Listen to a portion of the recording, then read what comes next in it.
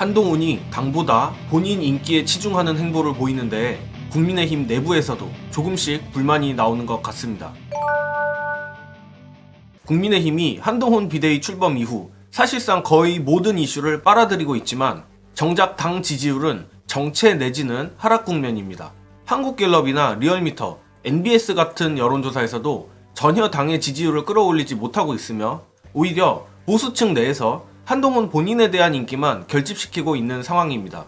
게다가 용화대 여의도 출장소 소리를 듣던 국민의힘이 윤한 갈등을 통해 지지율이 오를 법도 했지만 전혀 오르지 않은 것을 보면 중도 확장은 전혀 없고 결국 언론의 지원 사격으로 윤석열 지지층만이 그대로 한동훈에게 옮겨간 것으로 보입니다. 오늘 노컷뉴스 보도에 따르면 국민의힘 한 의원은 한동훈이 제시한 의원 정수, 세비 축소나 운동권 심판론 등 안건은 당 안팎의 공감을 얻기 어려운 것 같다라 했으며 다른 당 관계자는 여론은 아직 당 전체가 변화하고 있다거나 한 위원장의 행보가 용산과 분명히 차별화되지 않았다고 판단하는 것 같다고도 했습니다. 그리고 시간이 좀 더 필요하다. 앞으로 한 위원장이 용산 인사들에 대해 얼마나 독립적으로 판단하는지 그것이 실제 공천으로 이어지는지에 따라 평가가 바뀔 수 있지 않겠나 라고 덧붙였습니다.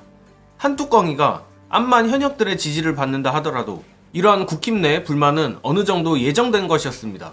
윤한 갈등 국면에서 국민의힘 현역들이 한동훈에게 줄을 댄 것은 정치뽕에 취해 까치발 들고 있는 한동훈을 잘 구슬리면 용핵관들과 경선이라도 시켜주지 않을까 하는 기대였었죠. 그런데 총선이 다가오고 있음에도 본인들에게 중요한 당 지지율을 붐업시키지 못하니 불만이 서서히 터져 나오는 것입니다. 믿을 건 결국 언론과 국힘 내 경선을 기대하는 현역들인 한동훈이 최근 이재명 때리기에 몰두하는 것도 이런 시선을 의식한 거라 생각합니다. 하지만 한뚜껑이의 이런 전략이 성공하기 쉽지 않아 보이는데 관련한 영상 보시고 이어가겠습니다. 운동권 심판론을 프레임으로 해서 총선을 치르겠다는 건데 그렇죠. 좀 옹색하고 곤혹스러운 단면이 아닌가라는 좀 생각이 들어요.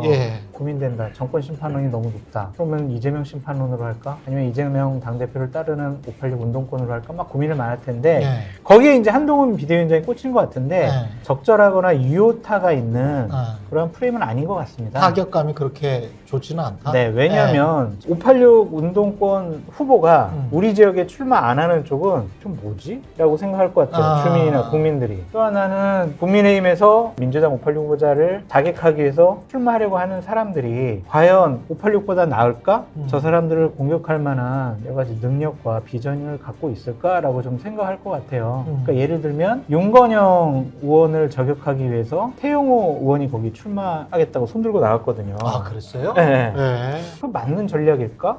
과연 그게 가능성 있는 전략일까? 뭐 그런 생각이 좀 들더라고요. 그리고 또 산재에 있는 문제는 용핵관도 다 같은 용핵관이 아니란 겁니다. 장차관 출신 용핵관과 검사 출신 용핵관은 또 다릅니다. 박문규나 이영 같은 장관 출신 용핵관은 수도권 험지로 몰아 연막작전을 쓰면서도 주진우나 이원모 같은 검핵관들에겐 강남이나 영남에 공천을 주려고 하고 있습니다. 문제는 국힘 현역들 대부분이 영남이란 것인데 한동훈이 본인 지지세를 위해 검핵관들을 쳐낼 수 있냐는 겁니다. 심지어 앞서 언급한 검핵관들은 한동훈 본인과도 가까운 관계입니다. 그래서 윤희숙이니 김경률이니 하는 인물들로 검핵관 공천으로부터 시선을 돌리려고 하는 건데 영남 현역들이 과연 가만히 있을지는 두고 볼 일입니다. 한동훈이 김건희에 대해서는 철저하게 굴복했지만 앞으로 공천이라는 폭탄이 남아있어 추후 용산과 또 한 차례 드자비가 있지 않을까 생각합니다. 관련한 소식이 나오면 여러분께 신속하게 공유드릴 것을 약속드리며 저는 이만 물러가겠습니다. 시청해주신 여러분 감사합니다.